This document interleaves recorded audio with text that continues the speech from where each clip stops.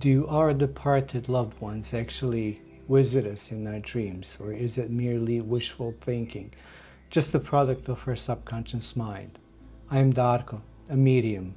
I've dedicated my life to communicating with the non-physical realm and exploring expanded states of consciousness that go beyond the emotionally charged perceptions a grieving person might experience. In this video, I will share my perspective. I will share what I've learned through direct communication with the spirits of our departed loved ones. Most importantly, I will show you how to distinguish between a subconscious dream and a superconscious communications. So let's get right into it.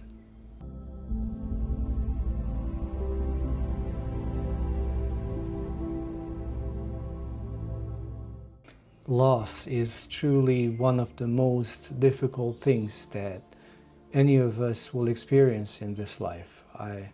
It often leaves us with heavy, lingering questions like, our loved ones, are they truly gone just because their physical existence has ended? Is there such a thing as spirit? Do our loved ones go on beyond physical existence, and is it truly them interacting with our lives in some form? And those dreams where they appear, are they a real visitation or just the product of our subconscious mind? Let's break down the differences. Let's first distinguish three levels of our consciousness and how we experienced each. We experienced three states of consciousness: conscious, subconscious, and superconscious level of awareness. Conscious level, the ego shield. What is it? It is the logical, analytical, and survival-driven part of the mind, often influenced by the programming we received throughout our lives and how we relate to our reality. Its main job is to navigate physical 3D reality, keep you safe, and filter out the infinity of the universe of your superconscious mind so you can focus on daily tasks. When experiencing reality through the conscious level, our brain waves are in beta waves. This is active, alert, and logical thinking. High stress or heavy emotions push this into high beta, which creates the mental static of noise between other layers of awareness.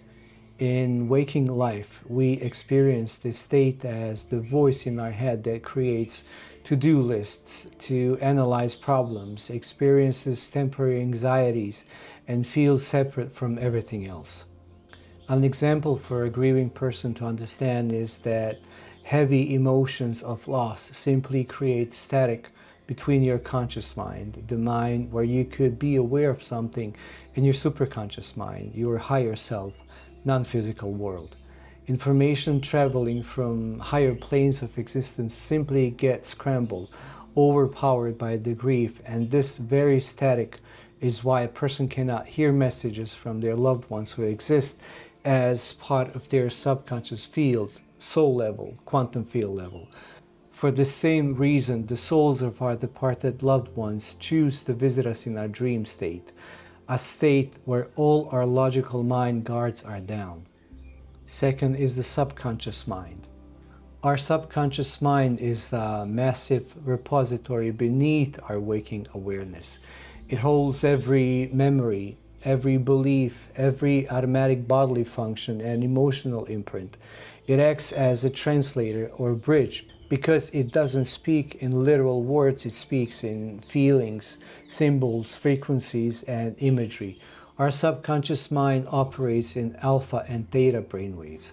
Alpha is a light, creative daydream state, and theta is the deep twilight state right before sleep, during vivid dreaming or deep meditation. How we experience it: intuition, that gut feeling, visual daydreams, and the dream state. When you drop into alpha and theta, the conscious ego moves aside, turning your subconscious into an open and still lake ready to receive impressions. And we finally come to the third part, which is the superconscious mind, which is the soul level, the field level of our consciousness. This is the highest level of awareness. This is the unfragmented, infinite field of consciousness. the web of oneness where all souls exist. It is completely unbound by physical time, space, or individual ego identity. It is where your departed loved ones exist as pure energy. This is the deep delta and gamma. Delta is the deepest dreamless sleep state where the individual ego vanishes completely, opening the door for the subconscious alignment. Gamma represents high-level spiritual epiphanies, sudden cosmic insights, and moments of absolute unity. When in this state, we experience moments of profound spiritual oneness, sudden telepathic synchronicities, deep mediumship alignment, or that lingering, overwhelming sense of pure, unconditional love that doesn't belong to the physical mind. All our creative work comes from this level. A songwriter who says that the song just appeared in his mind and he feels like he channeled it. It actually came from the superconscious field. An idea for a book, a movie, a painting, all come from this realm, field, level of consciousness. To understand what is happening while you sleep, we have to look at two different levels of consciousness at play, the subconscious mind and the superconscious realm. First one is the subconscious dream, which is the processing mind. First, we have subconscious dreams. These are created entirely by your own brain. When we grieve, our minds are working overtime to process the massive emotional shock of loss. Your brain holds a detailed map of your loved one's voice, face, and habits. When you sleep, your mind uses that map to try to fulfill your deepest wish to see them again. Subconscious dreams are usually chaotic. They follow strange, illogical plots. Your loved one might appear sick, angry, or confused because the dream is reflecting your waking anxiety and pain. Let me give you a few examples of this. In your waking life, you might have a fear that your loved one is not at peace, and if this happens in the dream, it is simply a projection of your subconscious mind. If you are experiencing guilt and your loved one appears in your dream blaming you for something, it's not them. It's the creation of your subconscious mind trying to process that guilt, to bring it into your conscious mind so that you can experience it as real and release it. This happens often when in our waking life we are feeling guilt, shame, or any negative emotion related to the relationship we had with our loved one who have departed. But our conscious mind, protected by our ego identity, is pushing that emotion deep into our subconscious mind. I knew a person who was afraid of death. She lost her mother at a very young age, and that fear was internalized, lived deep in her subconscious mind, that the same thing would actually happen to her and that her children would grow up without a mother. That subconscious fear was projecting in her dream state. She dreamt her loved ones were coming to take her, forcefully tugging on her, calling her to come home with them, telling her how lonely they are without her. And these were just her subconscious fears showing up in her dreams. And no, they were not demons, for there are no demons. They were simply how ego identity, which is the part of our mind, is trying to protect itself, protect the wound, protect the guilt, demonizing anything that threatens its existence. The mechanics of how the ego distorts reality to protect unhealed wounds is massive, and I will dedicate an entire separate video for that topic. For now, let's stay focused on the dream state. When you wake up from these dreams feeling heavy, sad, scared, or deeply longing for what was lost, this is your mind healing, but it is not a visitation from your loved one. And finally, we come to the superconscious communication, which is the true visitation. Superconscious level, and you might know it as your higher self, spirit world, heaven, quantum field, consciousness, comes down to one vibration that can be understood in your body: unconditional love. This is a true visitation. This occurs when your personal vibration settles during deep sleep, allowing the spirit of your loved one to bridge the gap and connect with your higher consciousness. I want you to know that this is not a memory. It is a live, energetic encounter. You meet with them in your dream space in real time. These dreams are often hyper-realistic and exceptionally vivid. Your loved one will look healthy, radiant, and completely at peace. The communication is often telepathic, a sudden, deep understanding rather than spoken words.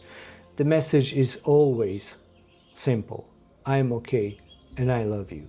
In my personal experience, these dreams happen right before waking up, or they will wake you up in the middle of the night, or truly whenever you're sleeping and your guards are completely down.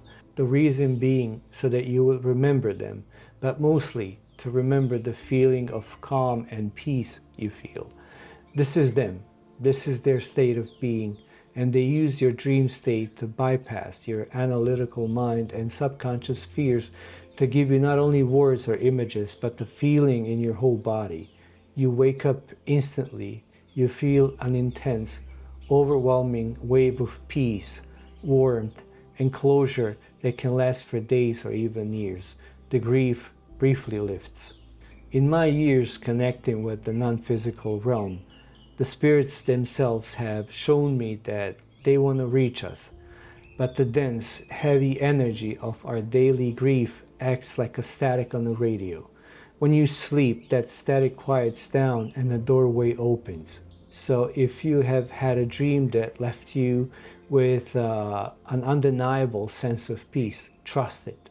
It wasn't just a trick of the mind, it was a genuine moment of contact across the veil. What many people are able to experience only in their dream state. A medium has actually the ability to access while wide awake. The connection is always entirely internal.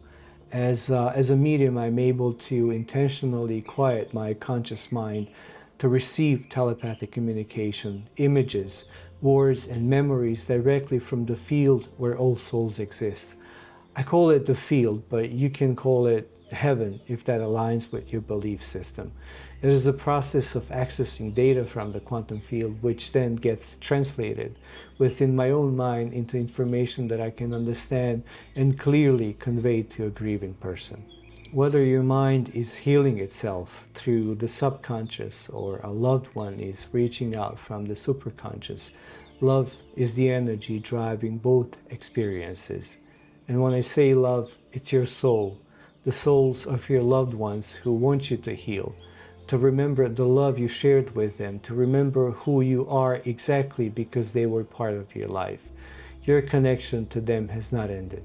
It has simply shifted in form of expression. If you have experienced a dream like this and want to share it, please leave a comment below. I read them all and I would love to hear about your experiences.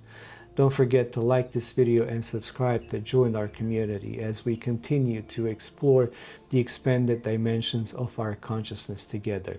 If you feel called to schedule mediumship reading, I have all my information also down in the description box below.